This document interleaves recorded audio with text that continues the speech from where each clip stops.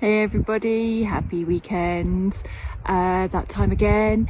I found myself very peacefully in the woods, in the heart of the forest, in the middle of nowhere, with no one but me, myself and I, and everything else that might be here.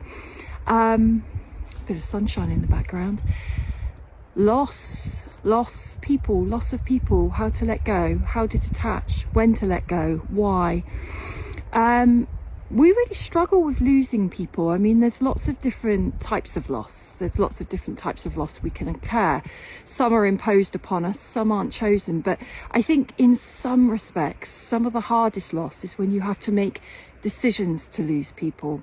In some ways, it can be easier, not always, but easier when that decision's made for you.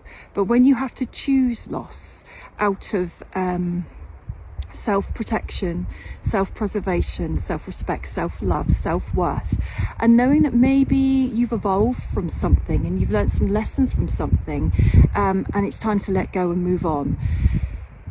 We are kind of wired through usually trauma and mapping of trauma to hold on for too long to people. And I witness often people holding on to people so long that it becomes more painful to hold on than it does to ultimately let go. Loss is a really hard one because it brings up usually multiple other wounds when you sit in the space of loss. But if you can sit in it for long enough, and see the silver lining of loss, actually there's humongous growth and richness of experience and healing and wisdom that comes from working through and processing loss. One of the biggest pains around loss is grief and abandonment and rejection. And sometimes we struggle to let go of others because we worry too much how it will be for them.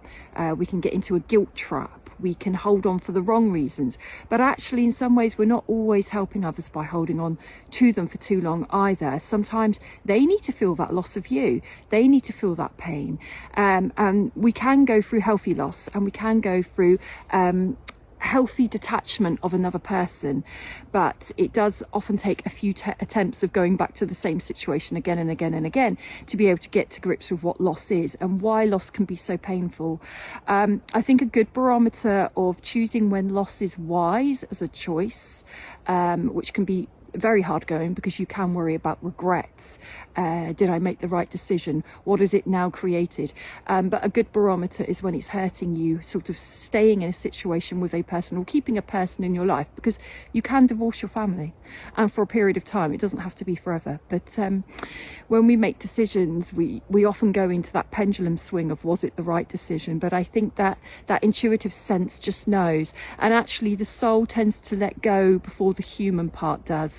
So the two brains, the soul knows when it's time to move forward. The soul is ever so strong. It's the human part and the fears of the pain that we try to avoid, so we cling on, or we don't let go when we should for their sake, or we don't let go when we should for our sake. But loss is an important thing. We will all experience it, so we have to kind of work with loss and get as okay with loss as we can. Remember, with loss, the universe, if there's a gap that's created, the universe will fill that gap. But if we're staying in setups that are harming us, we have to look at what is the obstacle here? Why can't we? Guilt is usually one. Over responsibility for others is another. Feeling you can't be alone is a common one. Fear of how to survive is another. But these are all traps. We all have inner resources, and sometimes going through something is what brings those inner resources to cope to the surface, not sitting behind them and not leaving, so that we stay stuck and frozen. Lack of self-esteem can keep us in situations too long as well. But loss is a very healthy state to move through as long as we don't get stuck in it. And loss can help us realize as well how deeply we've loved. It can be a reflection of that. And loss, the feeling of loss, shouldn't be avoided, because we often can't avoid loss coming. We can be in control of loss to a degree, or it can be imposed upon us if we get stuck in a situation too long. But if we've experienced a lot of loss, it can be very deeply wounding, and it means that we can over-attach then in a fear to avoid that feeling of loss. So avoidance can be a reason that we get stuck in things as well. But there's a lot of help that can be given forgiven for loss as well, a lot of healing that can be had, and honouring the passage of time that loss takes to heal, as that reflection of how deeply we have cared.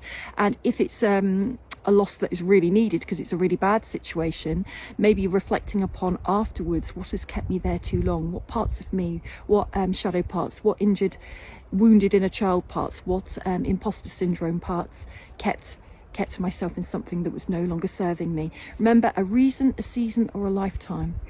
We don't always get to choose how long people stay. We're not always supposed to, but we can be grateful for the passage of time that they were there with us. And also choosing healthy loss. If a situation isn't serving you anymore, a situation is harmful, is abusive, healthy loss. You could look in some respects, is that really a loss? Is loss what you think? Are you perceiving a loss to be a loss when really the loss was a win? And loss for the other person, for their highest good as well.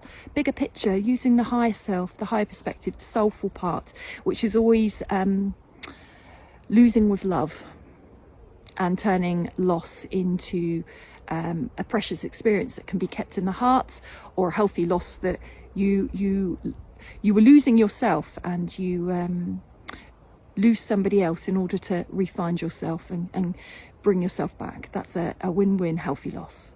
So anyway, happy weekend, everybody.